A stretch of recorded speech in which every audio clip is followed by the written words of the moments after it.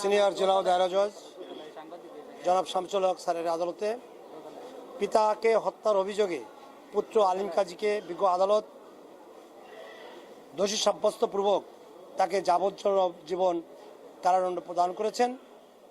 এবং এই কারাদণ্ডে আমরা যেহেতু পিতাকে হত্যা করেছে আমরা এটার ব্যাপারে রায় আমরা মেনে নিয়েছি, কিন্তু উচ্চ আদালতে আমরা এই ব্যাপারে আপিলের সম্মুখীন হব মর্মে আশাবাদ ব্যক্ত করছি।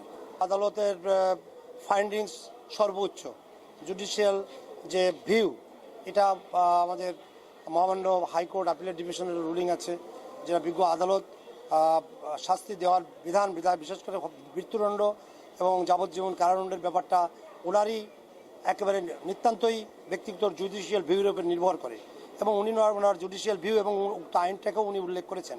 সেই জুডিশিয়াল ভিউ মোতাবেক বিজ্ঞ আদালতে যেহেতু ওনারা বলেছেন যে এটা বয়স কম, এই বিবেচনায় দিয়েছেন, এটা উনি দিতে পারেন, এটা ওনার ক্ষমতা আছে। আমরা এই বিষয়ে মহামান্য উচ্চ আদালতে এ ব্যাপারটায় আমরা আপিল করে তারা আরও সর্বোচ্চ সাজা বৃদ্ধি করার জন্য প্রার্থনা করবো, মৃত্যুদণ্ড চাইব।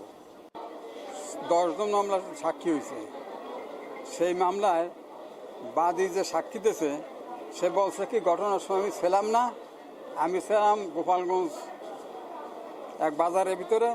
আমার এক চাচা আব্বাস আলী এসে আমার খবর দিল, খবর দেওয়ার পরে আমি খবর পেয়ে ওই হসপিটালে গেলাম। হসপিটালে যাওয়ার পরে সেখানে আর বাপে মৃত্যু অবস্থা পেলাম। কিন্তু সে যে মামলাটা করছে সে মামলায় সে পরিষ্কার বলছে যে আমার বাপ আখ শুনতেছিল বাড়ির ঘরের পাশে। এই সময় এই আসামি আলিম কাজী বঠি নিয়ে আমার পিতাকে কোপ দেয়। তারপরে আমার পিতা পড়ে যায়। আমি এবং আমার সৎমা জাহানারা বেগম আমরা দৌড় চিৎকার দিলে লোকজন আসে, তারপরে তাকে আমার বাবার এনে হসপিটালে যাই।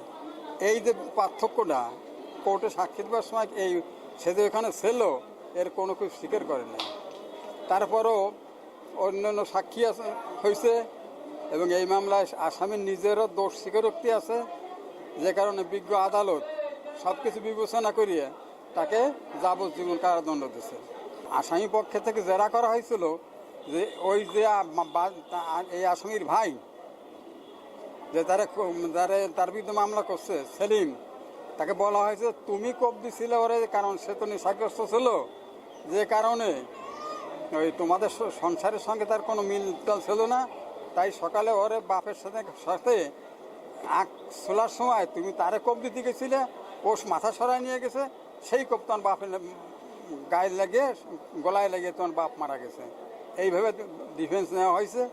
অর্থাৎ স্যার যতটুকু ভালো বলছেন, তাকে যেভাবে শাস্তি দিয়েছেন যাবজ্জীবন, আমরা উচ্চ আদালতে আপিল দায়ের করা হবে।